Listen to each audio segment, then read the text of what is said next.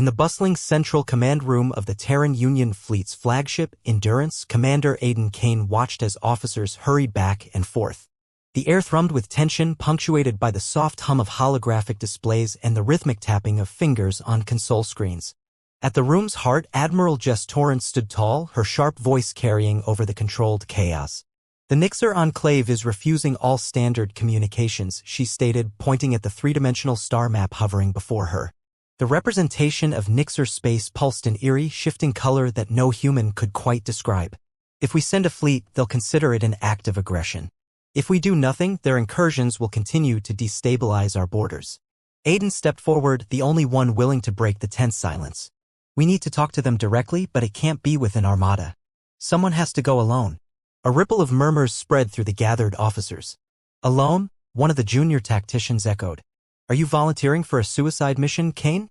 "I don't see any other way," Aiden replied, locking eyes with Torrance. "We have no intelligence on their motivations or intentions. If someone doesn't step into their territory and start a dialogue, we're flying blind." "I'm willing to be that someone." Torrance considered him for a long moment, her face unreadable. "You understand the risks?" "I do." Aiden's voice was steady, but his mind raced. He didn't feel particularly brave, but he knew what was at stake. If they waited too long, fear and misunderstanding could spark the very conflict they all hoped to avoid. Taking a single, unarmed diplomatic vessel into the heart of Nixer territory was reckless, but it might also be their only chance at peace. Aiden's longtime friend and engineer, Miles Vickers, met him in the hangar as the Resolute was prepared for departure. Miles was taller than Aiden, with a wiry frame and an expression that always seemed caught between amusement and exasperation. He leaned against the sleek hull of the experimental ship, arms crossed. "You're really going through with this?" Miles asked, his tone equal parts admiration and concern. "Someone has to," Miles, Aiden said, strapping on his flight harness. "The Nixer aren't going to talk to a fleet. They might talk to one man. And you think that one man's going to make a difference?" Aiden shot him a crooked grin. "Guess we'll find out." Miles snorted, shaking his head. "You're an idiot. A brave idiot, but an idiot. And you're a lousy morale booster," Aiden retorted, his grin widening. "Look, I'm counting on you to keep everything running while I'm out there. The Resolute may be state-of-the-art, but if she breaks down, I'll be the loneliest guy in the galaxy." Miles' smirk faded into something more serious. "Just don't get yourself killed out there, okay?" Aiden clapped him on the shoulder. "I'll do my best." As the Resolute slipped out of the massive docking bay and into the black void, Aiden settled into the pilot's seat. The ship's onboard AI, a calm, measured voice he'd nicknamed Chess, provided navigation updates. "Approaching Nixer border in approximately 12 hours, Commander Kane," Chess announced. "Understood," Aiden said, his hands steady on the controls. He looked out at the endless sea of stars, wondering what he'd find on the other side. The Nixer had never responded to diplomatic overtures, never explained their incursions into human space. If this mission failed, Aiden knew he might never return. The thought was sobering, but he pushed it aside. There was work to be done. The hours passed in a steady rhythm. Aiden went over what little intelligence they had, memorized the prepared diplomatic protocols, and rehearsed what he might say if the Nixer responded. He wasn't a seasoned diplomat, but he understood the importance of making the right first impression. Chess interrupted his thoughts. "Approaching the Nixer border in 5 minutes. Aiden exhaled slowly. "Okay, Chess. Open a wideband communication channel. Let's see if anyone's listening." The ship's systems hummed softly as the channel activated. "This is Commander Aiden Kane of the Terran Union Fleet. I come in peace, seeking dialogue with the Nixer. I have no weapons armed and no hostile intent. Please respond." He waited, his heart thumping louder than he'd like to admit. For a long, tense moment, there was only silence. Then, a new sound crackled through the speakers. A voice, heavily accented but clear enough to understand. "Terran vessel, you are trespassing in Nixer space. State your purpose or leave immediately." Aiden leaned forward, speaking carefully. "I'm here to talk. We've been trying to understand your actions and your motives. I believe that if we can communicate, we might find a way to coexist peacefully." The voice on the other end paused, as if considering his words. Then it spoke again, this time calmer. "You come alone?" "I do. This is a mission of peace. I'm not here to threaten you. Another long pause. Then, we will consider your request. Do not proceed further until contacted. Aiden's shoulders sagged with relief, though he didn't let it show. Understood. I'll await your signal. He cut the channel and leaned back, exhaling heavily. Well, Chess, that's a start. The AI responded evenly. It is indeed a start, Commander Kane. Now we wait. Aiden nodded, staring out at the unfamiliar, shifting colors of Nixer space. He'd done what he came to do, made contact. Now, all he could do was hope the Nixer would be willing to listen. Chapter 2, First Contact. Aiden sat in the cockpit, the alien voice still echoing in his ears. The shimmering boundary of Nixer space stretched endlessly ahead, shifting colors unlike anything known to human perception. Chess, the ship's AI, broke the silence. Commander Kane, incoming transmission. Patch it through, Aiden said, his pulse quickening. The same voice returned, sharp and direct. Terran vessel, remain stationary. We are sending a guide to escort you deeper into our territory. A guide? Aiden muttered to himself. That's progress, I guess. Into the comm, he replied, understood. Awaiting your guide. Minutes felt like hours as he waited, tension gnawing at him. The view outside remained unchanged until, suddenly, the shifting patterns solidified. 3 sleek, semi-organic vessels emerged, their hulls glowing faintly with that otherworldly light. They moved like fish through water, fluid and unhurried, positioning themselves around the Resolute. Commander Kane, the AI reported, the guide vessels are in formation. Shall I initiate propulsion to follow? Not yet. Aiden opened the comm channel again. This is Commander Kane. I see your ships. How do you want me to proceed? One of the alien vessels pulsed and the voice returned. Follow closely. Do not deviate. Understood. He glanced at the navigational controls and eased the Resolute forward. The alien ships flanked him in perfect sync, their strange light casting an eerie glow over the cockpit. Miles' voice broke into his thoughts, playing back in his memory from before he'd left. You think you're just gonna stroll into their territory and have a little chat, huh? No problem. Aiden smirked at the recollection. Guess we're doing it your way, Miles, he muttered under his breath. Taking it slow, one step at a time. Chess's voice interrupted his reverie. Commander Kane, scans indicate we are approaching a dense energy field. Its properties are unlike any we have encountered before. Can we navigate through it safely? Unknown. It appears to be alive. Aiden frowned. Alive? Before Chess could respond, one of the alien ships ahead pulsed again, and the voice returned, this time with an odd note of urgency. Terran vessel, follow precisely. Do not waver. Roger that, Aiden said, gripping the controls tighter. The field ahead was a swirling vortex of light and motion, a kaleidoscope that seemed to ripple as if it were breathing. The alien vessels passed through without hesitation, their hulls glowing brighter as they entered. Aiden took a deep breath and pushed forward, the Resolute humming as it pierced the threshold. Inside, everything shifted. The normal hum of the ship felt muted, the lights dimmed slightly, and the view outside turned into a mesmerizing display of flowing colors and shapes. Aiden blinked, struggling to focus. Chess, report, he said, his voice steady despite the disorientation. The energy field is disrupting standard sensor readings, Chess replied. However, I detect no immediate threats. Good. Stay on the guide ship's tail. The alien vessels led him deeper into the vortex. The minutes stretched into an indeterminate amount of time, and the hypnotic environment made Aiden's thoughts wander. He wondered about the Nixer. What kind of people they were, how they lived, what they feared. Their technology was clearly advanced, but that didn't mean they were invincible. What had driven them to isolate themselves so completely, to lash out at anyone who entered their space? Just as he was starting to feel a creeping unease, the guide ship stopped. Their glow dimmed and one emitted a soft pulse. We have arrived, the alien voice said through the comm. Aiden peered out at what lay before him. The swirling energy gave way to a vast, dark expanse, and in the distance a massive structure loomed. It was not a planet, nor a traditional station. It looked like a cluster of interconnected spheres and spires, each radiating a faint, golden light. The whole construct appeared to shift and flow subtly as though it were not entirely solid. Terran vessel, you will now dock at the central hub, the voice instructed. Chess spoke up. Commander Kane, I have detected a docking mechanism. Shall I engage the autopilot? No, Aiden said. I'll handle it. He guided the Resolute closer, carefully aligning it with the glowing central hub. The docking clamps latched on with a gentle thud, and the ship's systems began adjusting to the environment. Once the connection was secure, the comm crackled again. You will now disembark. A representative will meet you at the airlock. Aiden leaned back in his seat and took a moment to steady himself. He checked the ship's environmental readings. Everything appeared stable. Chess, keep the ship ready for a quick departure if things go south, Aiden said. Understood, Commander Kane, Chess replied. He made his way to the airlock, the tension in his chest tightening with each step. This was the moment of truth. Would they welcome him, interrogate him, or, worse? The airlock hissed open and Aiden stepped out. The chamber beyond was bathed in soft, warm light. A single figure awaited him, tall, graceful, and unmistakably alien. The envoy's bioluminescent skin glowed faintly, and her large, dark eyes studied him intently. She wore a long, flowing garment that shimmered as she moved. I am Velresh, she said, her voice calm and measured.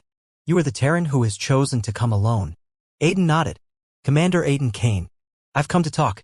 To understand why there's been so much tension between our peoples. Velresh tilted her head slightly as if considering his words. You have risked much to come here. It is unexpected. Well, Aiden said, forcing a small smile, I'm not exactly known for playing it safe. Her gaze lingered on him for a moment longer before she gestured for him to follow. Come. We will talk. He followed her through a series of corridors that seemed to pulse with a gentle, internal rhythm. The walls shifted subtly as they walked, and Aiden couldn't help but feel like he was inside something alive. Velresh led him into a chamber filled with holographic displays and glowing orbs. She motioned for him to sit, and he did so, noting how the chair formed itself around him. What is it you hope to achieve, Commander? Velresh asked, sitting across from him. Understanding, Aiden said simply. Both of our peoples are capable of incredible things. I don't want us to waste that potential fighting each other.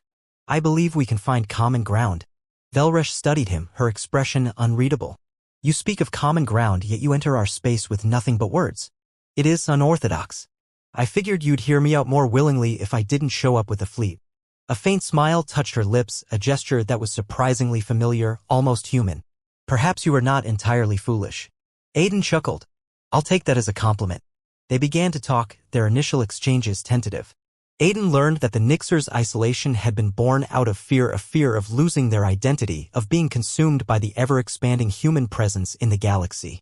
Velresh, however, seemed genuinely curious about humanity, asking Aiden about Earth's diverse cultures, its music, its art. Aiden, in turn, found himself drawn to Velresh's perspective. Her people viewed the universe as a living entity, and their technology reflected that belief. What humans saw as machines, the Nixers saw as extensions of life. It was a way of thinking that challenged Aiden's assumptions, forcing him to reevaluate what he thought he knew. As their conversation deepened, Aiden realized something. He and Velresh weren't just representatives of their respective species. They were two individuals, trying to bridge a gap that seemed insurmountable. For the first time since the mission began, Aiden felt a glimmer of genuine hope. Chapter 3: Unlikely Allies. Aiden sat in the center of the chamber, staring at the faintly glowing orbs floating in front of him. They pulsed gently, casting a soft, golden light over the room. Across from him, Velresh moved her hands through the air, interacting with the glowing orbs as though directing a symphony. The display of alien technology was mesmerizing, but Aiden was more interested in what she had to say. So you're telling me, Aiden said, that these orbs aren't just computers or storage devices. They're alive. Not in the way you perceive life, Velresh replied. Her voice was calm, deliberate. They are part of a greater whole, connected through the energy field you encountered. To us, they are both tools and companions. Aiden leaned forward. Companions? Like pets? Velresh tilted her head, her luminous eyes narrowing slightly. It is difficult to explain. They are not pets. They are partners. They guide us, provide insight, and in return, we maintain their well-being. Aiden shook his head in disbelief. It's hard to wrap my head around that. We don't have anything like it. For us, technology is, well, it's just machines. Tools we build and control. And that is where our perspectives diverge, Velresh said, her gaze never leaving his. You treat your creations as objects. We treat ours as kin. Aiden opened his mouth to respond but hesitated. Her words struck something deep within him. He'd spent his entire career on ships that were cutting-edge marvels of engineering. Tools that had saved lives, brought nations together, and explored the unknown. Yet, he'd never thought of them as anything more than steel, wires, and circuits. Before he could reply, the chamber's glowing walls shifted subtly. The orbs floated higher, their light intensifying. Velresh turned toward the change, her posture suddenly rigid. What's going on? Aiden asked, standing up. Our overseer is requesting your presence, she said, her voice more formal than it had been moments ago. Overseer, Aiden repeated. Velresh gestured for him to follow. You will meet him now. He is the one who will decide whether our dialogue continues. Aiden nodded, his stomach tightening. The room's walls seemed to melt away as Velresh led him into a long, wide corridor. The air was warm and carried a faint, floral scent. He noticed how the light shifted with each step, almost responding to their movement.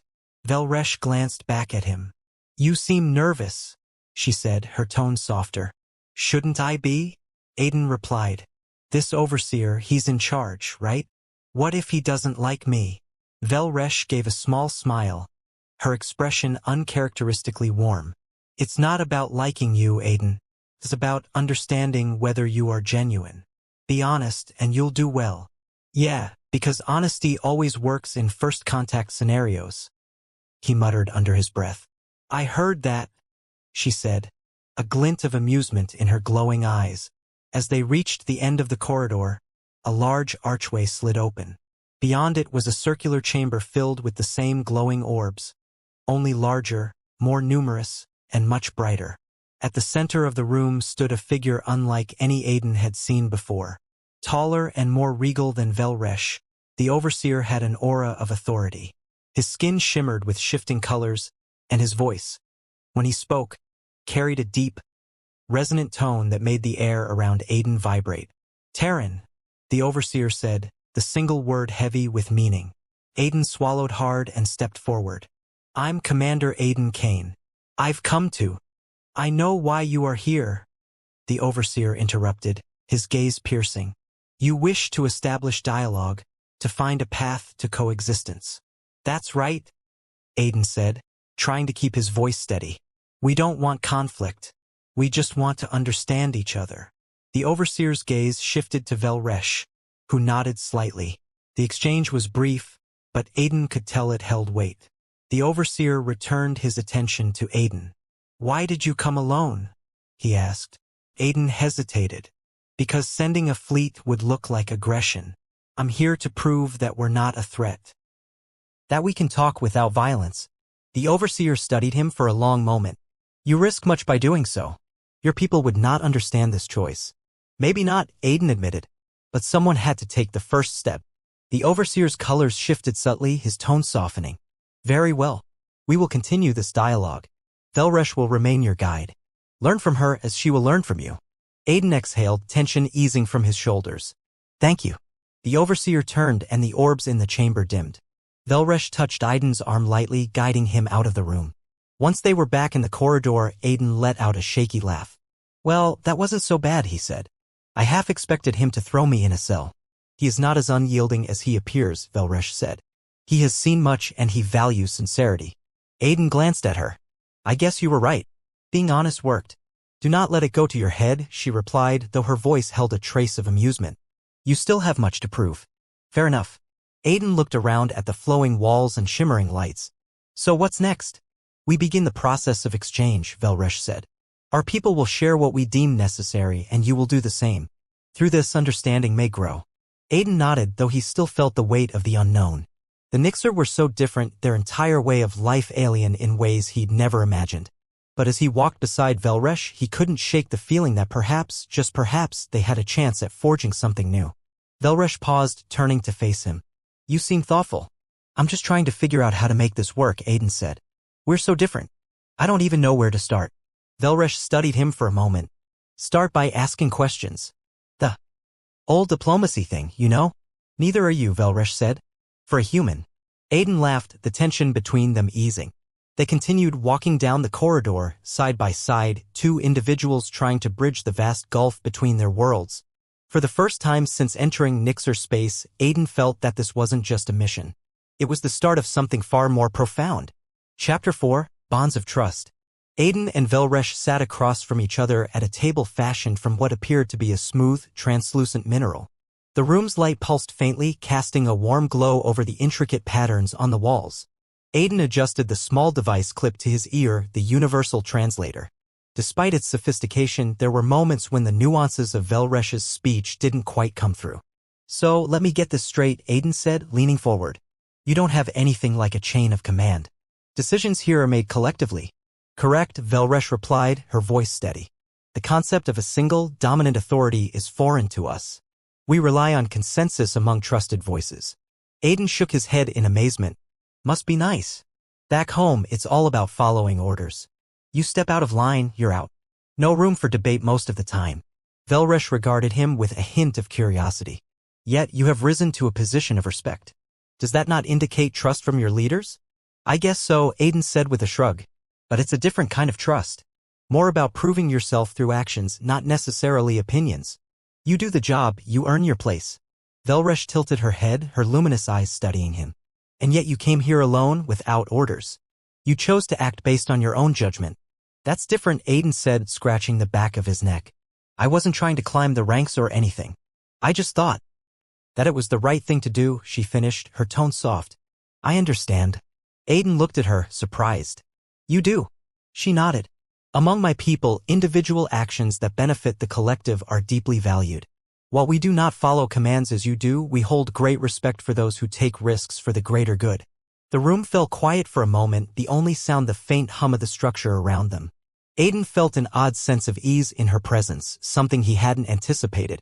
She was alien in so many ways, yet there was a sincerity in her that felt familiar. I have a question for you, Velresh said, breaking the silence. Sure, shoot. What is it you fear most about this mission? Aiden hesitated, caught off guard by the directness of her question. He leaned back, rubbing his chin. I guess. I'm afraid it won't matter. That I'll go back to my people with nothing to show for it. No progress. No understanding. Just another failed attempt at communication. Velresh considered his words carefully.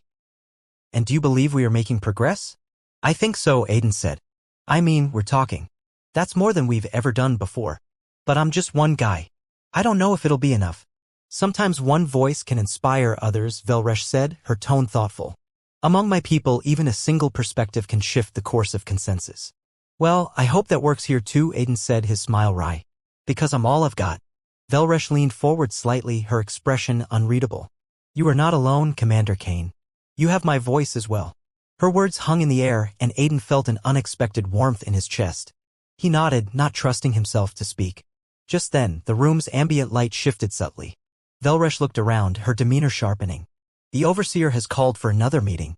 He wishes to discuss the progress we have made. Aiden pushed back his chair and stood. Let's not keep him waiting. They walked through the flowing corridors side by side. The halls pulsed with a gentle rhythm and the air felt almost alive. Aiden glanced at Velresh as they walked. Can I ask you something? Of course. What made you take on this role? Being the one to talk to me, I mean. Velresh hesitated before answering. When I was younger, I was part of an exploration team that traveled to the outer edges of our territory. We encountered things we had never seen before, stars, planets, phenomena that challenged our understanding. It was my first experience with the unknown, and I found it exhilarating. She looked at him, a faint glow in her eyes. When the Overseer asked for someone to speak with the Terrans, I volunteered. I wanted to understand. I wanted to see if we could find common ground. Aiden smiled. Guess we have more in common than I thought. I mean, I signed up for this mission for pretty much the same reason. Velresh's expression softened. Then perhaps this dialogue was meant to happen. They reached the large chamber where the Overseer awaited them. The towering figure stood in the center, his presence as commanding as before. The orbs around him pulsed in a synchronized pattern and the air seemed heavier, charged with significance. Terran, the Overseer began, his voice deep and resonant. We have reviewed your discussions with Velresh. It seems there is a genuine effort to understand our ways. Aiden nodded. That's all I've ever wanted. We may not see eye to eye on everything, but I think we can find common ground. The Overseer's colors shifted subtly and he regarded Velresh. Do you believe this Terran can be trusted? Velresh met the Overseer's gaze without hesitation. I do. He has spoken openly and acted with sincerity. I believe his intentions are genuine. The Overseer's gaze returned to Aiden. Very well. We will continue this dialogue. However, you must understand that trust is not given lightly among my people. It is earned. I understand, Aiden said. And I'm willing to do whatever it takes. The Overseer nodded slowly. Then let us proceed. Velresh, you will continue to guide him. Yes, Overseer, Velresh replied. As they left the chamber, Aiden exhaled deeply. That went better than I expected. Velresh glanced at him, her expression unreadable. You should not underestimate the significance of what just occurred. The overseer does not often grant such opportunities. Good to know, Aiden said, running a hand through his hair. Thanks for backing me up in there. I spoke the truth, Velresh said simply. You have earned my trust. They walked in silence for a while, the steady rhythm of their steps echoing softly in the corridor. Aiden found himself glancing at her, studying the way she moved, the calm confidence she exuded. He felt a strange mix of respect and something he couldn't quite name. Finally, he broke the silence. So, what's next? Next, Velresh said, her tone almost playful, we see if your people are as open-minded as you are. Chapter 5, A Future Together. Aiden stood in the observation deck of the Resolute, staring out at the swirling energy field that surrounded the Nixer home system. Velresh stood beside him, her bioluminescent skin reflecting the shifting colors outside. The silence between them was comfortable, the kind of silence that didn't need to be filled. He finally spoke. You sure you want to come with me? Velresh turned her luminous eyes toward him, her expression calm. Yes. This step is necessary if we are to continue our dialogue. Aiden leaned against the transparent wall, looking back out at the mesmerizing view. It's not going to be easy. My people are going to have questions, lots of questions. I expect as much, Velresh said. But they must see that we are willing to engage, to find common ground. He glanced at her, a faint smile playing on his lips. You sound like you've been practicing your diplomacy. I have been learning from you, she replied, her tone light.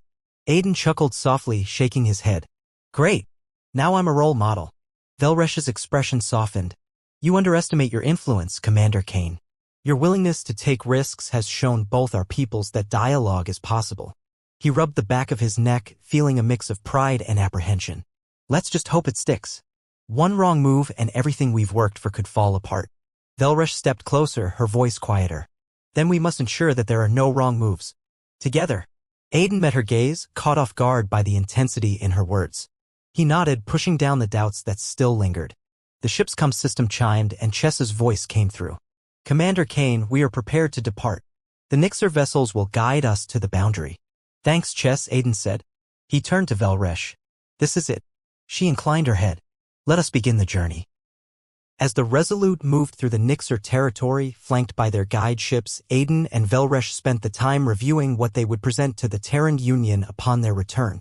They worked side by side, compiling data, crafting messages, and discussing potential strategies for continuing the dialogue. Your people will likely focus on the differences between us, Velresh said as she reviewed a set of holographic notes. We must highlight the similarities. Aiden nodded. That's not a bad idea.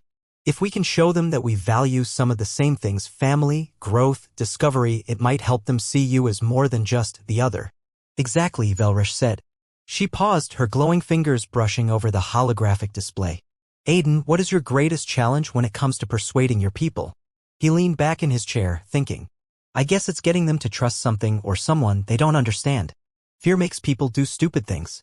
And when you've got whole nations involved, that fear can spiral out of control.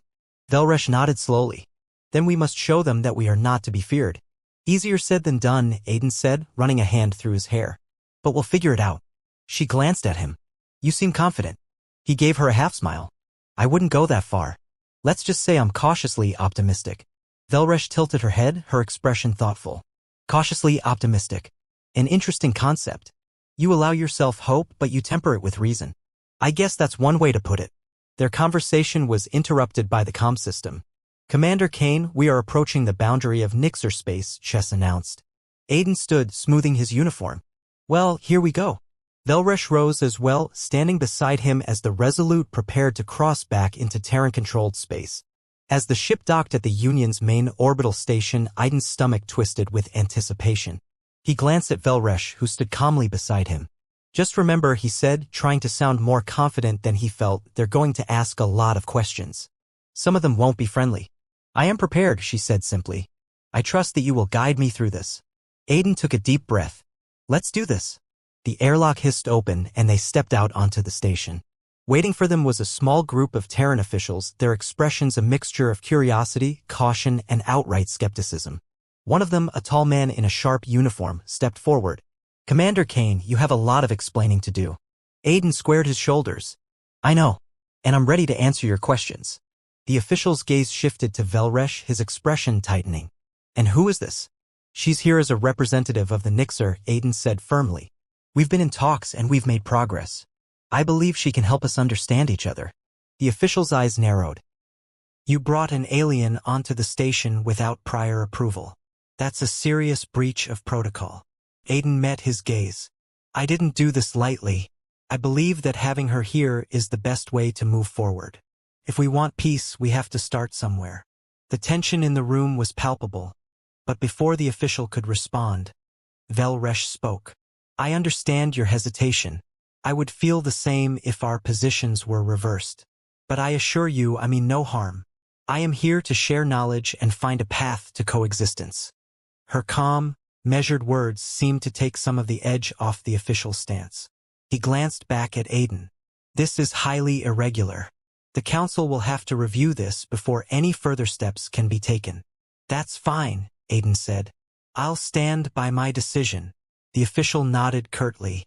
Very well. We'll convene immediately. In the meantime, your guest will be placed under observation. Aiden bristled at the implication, but Velresh placed a hand on his arm. It is acceptable, she said softly.